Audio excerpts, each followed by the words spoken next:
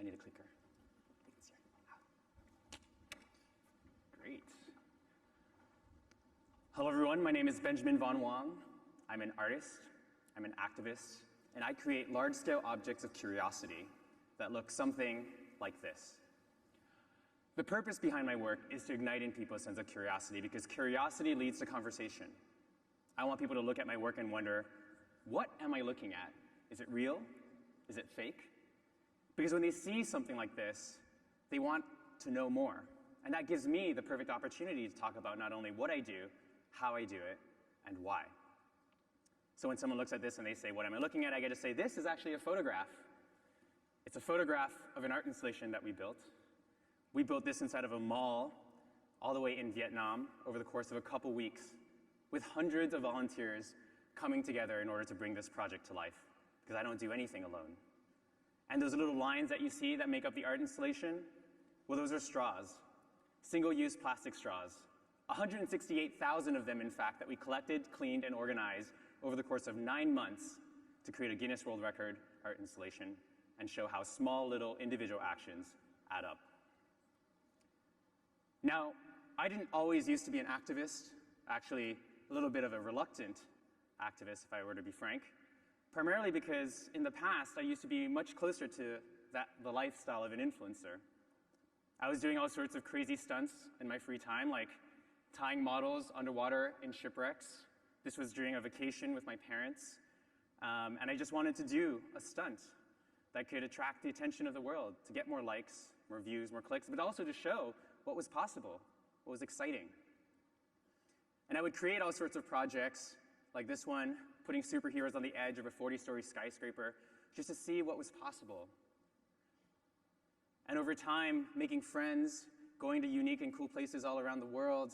This is the world's largest monastic library in Austria, called Stift Admont. And we did this on a road trip to create a real-world Beauty and the Beast. But as I got older, I started wondering, what is the purpose of art? Is it just to draw attention to yourself? Is it just to get a lot of likes and views? Or is it something deeper? And in 2016, when my sister got married, I found myself in Montreal, Canada. This was right around the time where the Great Pacific Garbage Patch had just been discovered. And I remember thinking, after my mom discovered a mermaid tail designer, if mermaids were real, this would be a really big problem for them. And so we ended up collecting 10,000 plastic bottles. I had an entire bridal party to help me collect, clean, and organize these bottles, and ended up putting a mermaid on these 10,000 plastic bottles in order to highlight the growing problem that our oceans were facing. Because if there's more plastic than fish anticipated in the ocean by 2050, what would that mean for us, for our childhood, for our future? And it wasn't just me that enjoyed this series of images. This wasn't only my favorite series of images, but rather it was really loved by many, many different people. It hit headlines all around the world, and I remember thinking, oh my gosh, people care. And if only I could create work that attracted the hearts and minds of different folks, maybe we could shift the world and make a difference. And I guess I was naive enough to believe at the time that awareness would lead to change, and so I hopped on an adventure trying to figure out how could I use different plastic materials to create various forms of art. One of the early lessons that I learned was just that plastic is everywhere. It is so easy to find. For this one project, we collected 18,000 plastic cups in Singapore in just a single day. Together, we created an art installation we called Plasticophobia, this time to highlight how there are more plastics in the ocean than there are stars in our galaxy, more microplastics in the ocean than there are stars in our galaxy. And I just kept learning about more and more statistics that only get worse with every passing year. You guys all probably know the statistic that every 60 seconds, a truckload of plastic falls into the ocean, flows into the ocean. And I thought, why not actually visualize that? Why not collect a truckload of plastics, tie it together, put it into the ocean, and show how hard it is to control it, to pick it up? And I can tell you, as the one who actually tied these up and threw them into the ocean and then tried to control them and get them in place for the right photo, it is so hard to figure out how to make sure that these don't just drift off and break down and break apart. And that statistic from 2017, where 1 truckload of plastic flows into the ocean every 60 seconds, well, that's gotten worse. We're now at double that. Every 60 seconds, 2 truckloads of plastic now flow into the ocean. And it's not just about the macro issues that we see that are visible, there's also the invisible issues. The clothing that we wear, polyester, nylon, spandex, 75% of our clothing is made from plastics. And when we put this into the laundry machine, it enters our food web. It gets eaten by fish, which get eaten by us, and that just comes back to haunt the next generation. And so as an artist, I've tried to make this issue, whether it's visible or invisible, as interesting and compelling as possible so that folks like you in the room can do your work more effectively, so that you can reach audiences that you couldn't reach otherwise. But here's the problem. If we zoom out for a second and we look at how much awareness plastic has gained, how much traction it's gained over the last couple years, we don't see awareness leading to change. If anything, plastic production has just ignored all the plastic awareness that has happened, and over the last few years, it's just kept on growing. More and more plastics produced every single year. And if we zoom out till 2050, we see that these plastic production numbers are only getting worse. We're not even on a linear curve, we're on an exponential curve. And even the most optimistic projections for recycling, responsible recycling, incineration, even those can't keep up with the levels of plastic production that we are creating. And if we can't even control the amount of plastics that is mismanaged today with our current production numbers, imagine what that would look like by 2050. And so this graph actually comes from 2020. A lot has happened since then, including a pandemic. During the pandemic, I found myself kind of locked at home, feeling a little bit useless. Most of my work is very physical, and I was in Montreal where we had very serious curfews. And in that time, some things happened. One of those things were that my nephew was born. And at the same time, when we look at plastics, a lot of plastic regulation was rolled back during COVID. Plastic bans were reversed, all in the name of health and safety. And this event, COVID, was so good for plastics, actually, that single-use plastic production increased by 250% in North America. And those numbers don't go down. They never go down. They only go up because we're addicted to convenience. And so I found myself at that time wondering what to do next. And so when the Canadian government hired me to create an art installation for a gallery that they had in Paris, I thought, we really need to address plastic production. And so I gathered a whole bunch of people, braved curfews, braved COVID, this is pre-vaccination, collecting thousands and thousands of pieces of plastics, and this time deciding to focus instead on the symbol of plastic production. We need to go back to the source and figure out how do we get plastic production under control. And so the first photo shoot that I did with my nephew, less than 1 year old, was to take him inside of a landfill where we built this giant plastic tap to show how when he's my age, he's still gonna have to deal with these same problems. When his children are my age, they're gonna have to deal with the same problems that I'm still gonna have to deal with. Every single piece of plastic that has ever been created still exists in the world today. And that's only going to continue, that's only going to get worse.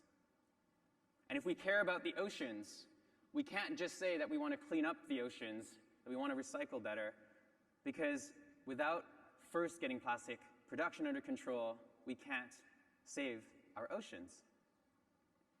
And for those that champion recycling, recycling is important, yes, but not unless we're able to first restrict plastic production. Once again, we have this tiny amount of infrastructure available to solve what is a massive issue. And recycling, even if we talk about it at its best, ends up just taking something like a plastic bottle, recycling it once, it gets turned into textile packaging, and where does that go? Straight back into the waste stream. So we have a lot of problems to solve.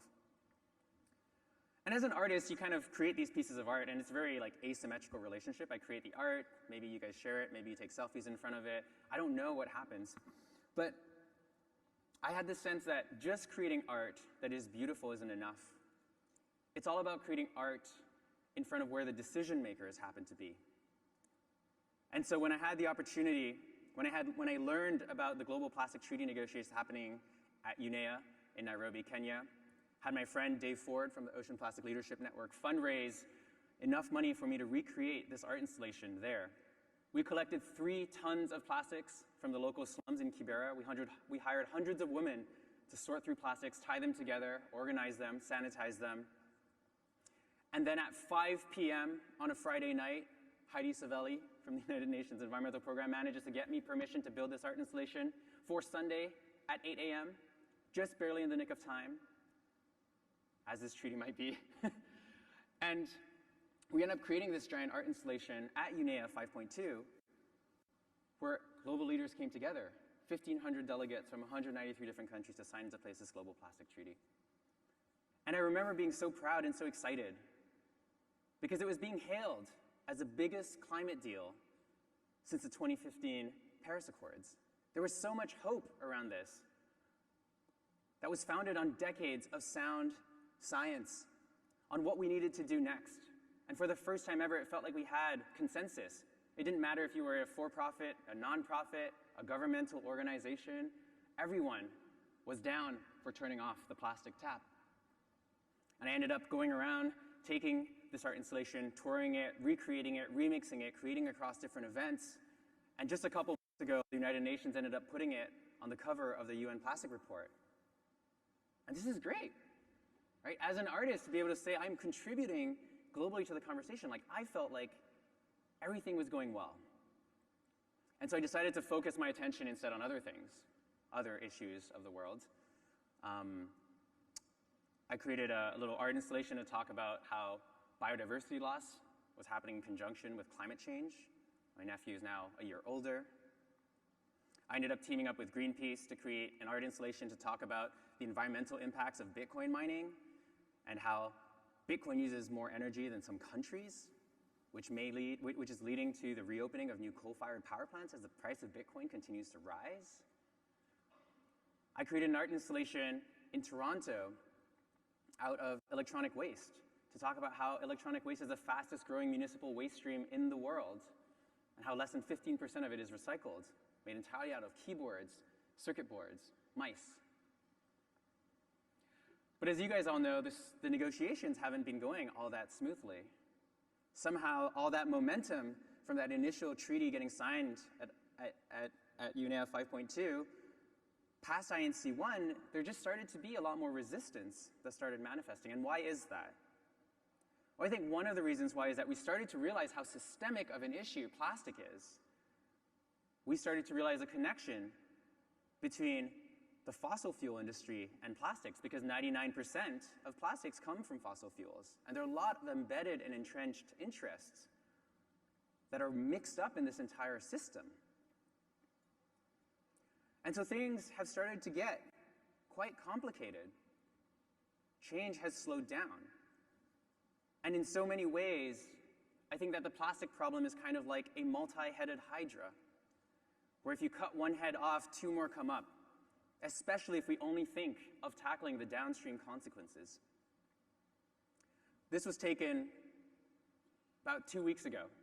My nephew is now 3 years old, but the solution to solving the plastic crisis is still the same. We need to figure out how to turn off the plastic tap. So the science is clear. We have all of the information that we need to act right here, right now. This is science that is founded on decades and decades of research that is free from conflict of interest. And this science is telling us that we need to focus not just on plastic pollution, we also need to focus on limitations on plastic production. And as we enter this next stage of negotiations, we cannot allow a handful of people to hold the entire world hostage. We cannot allow a handful of people to slow the negotiations down and hold our future hostage. And maybe most importantly, we cannot allow a handful of people to hold the future of our children hostage. Thank you guys so much. Have a great negotiation.